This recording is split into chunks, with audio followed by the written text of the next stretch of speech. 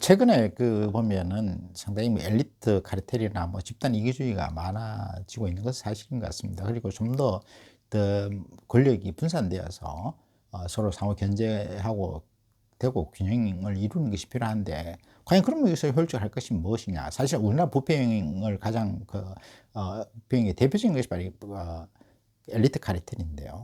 근데 그런 것이 끼리끼리 하는 것이죠. 그래서 어떤 나름대로 어떤 리그를 만들어서 다른 사람이 건드하지 못하고 자들 어떤 이익을 높이는 그런 집단 이기주의가 될 수도 있고, 진입장벽이 형성돼서 건전한 경쟁을 하지 못하게 하는 것이, 그런 것이 분야 중에 대표적인 것이 금융 분야라고 할 수 있습니다. 금융부는 금융감독원이나 금융기관의 관계가 사실은 서로 견제되고 균형을 이루어서 서로 발전을 도모해야 되는데, 금융감독기관의 고유직들이 전부 다 금융기관의 장을 하다 보니까 거기서는 서로 경쟁이나 할 필요가 없는 것, 서로 사이만 좋게 지내면 아무런 문제가 없는 것이고, 어차피 금융이라는 시스템으로 돌아가는 거기 때문에. 근데 국내에서는 문제가 없죠. 근데 그것이 해외로 들어갔을 때 완전히 상황이 달라지다 보니까 그간 경험으로 보면은 국제시장, 국제금융시장에서 엄청난 손실을 보았던 것이 사실이죠. 그런 경쟁 토양이 없어, 금융기관의 경쟁이 없기 때문입니다. 최근에는 상당히 좀 이렇게 해외에 나와서도 국제적인 경쟁력을 가지고 있는 것으로 보입니다. 그간의 어떤 IMF 시대를 맞이해서 자산 리스크 관리 측면도 있고, 또 세계 금융위기를 그를 기반을 통해서 금융위도 잘 극복하는 과정에서 여러 가지 노하우가 형성됐고, 나름대로 자생력과 경쟁력, 차별성을 가지고 있는 것으로 보여집니다.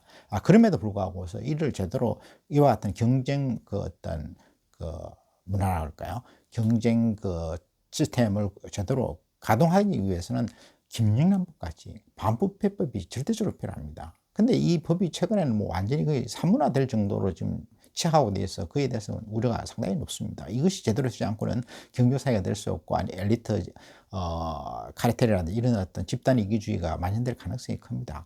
그래서 그러기 위해서는, 그리고 어떻게 보면은 초등학생조차 공무원을 선호하는 것을 보면, 공무원이 그만큼 특혜를 받고, 어떻게 보면 공무원이 국민한테 군림하고 있고, 공무원이 그만큼 어떤 차별적으로 이렇게 우대받고 있다는 것을 말하고 있는 것이죠. 사실은 공무원은 창조적인 일은 아니죠. 하나의 스포팅인데, 그게 오히려 주객이 전도돼서 창의적인 분야로 진출하는 것보다는 같이 보수적으로 아니 어떤 안주하는 그런 식으로 어떤 사회가 돌아간다는 것은 이 사회의 발전의 원동이 상실되는 것이죠. 예를 들어서 그리스 같은 경우는 공무원이 40% 된다고 하지 않습니까? 그러다 보니까 IMF 구제를 요청할 정도로 심각하게 위기 상황도 발생이 된 것이죠. 그런 측면에서 우리 사회에 있던 경쟁력을 보호하기 위해서는 결국 경영법이 좀 더 강하게 시행되고, 또 그 경우에 빠져있는 이해관계 충돌 방지 규정이라든지 이런 것이 보완이 돼야 될 것입니다. 그래서 최근 정부에서는 그간 초기에는 어느 정도 이렇게 활발하게 경영법 시행하는 것으로 보여졌으나, 최근에는 완전히 과거로 완전히 회귀했다는 그런 어떤 의구심을 일으키게 할 정도로 심각한 것으로 보입니다.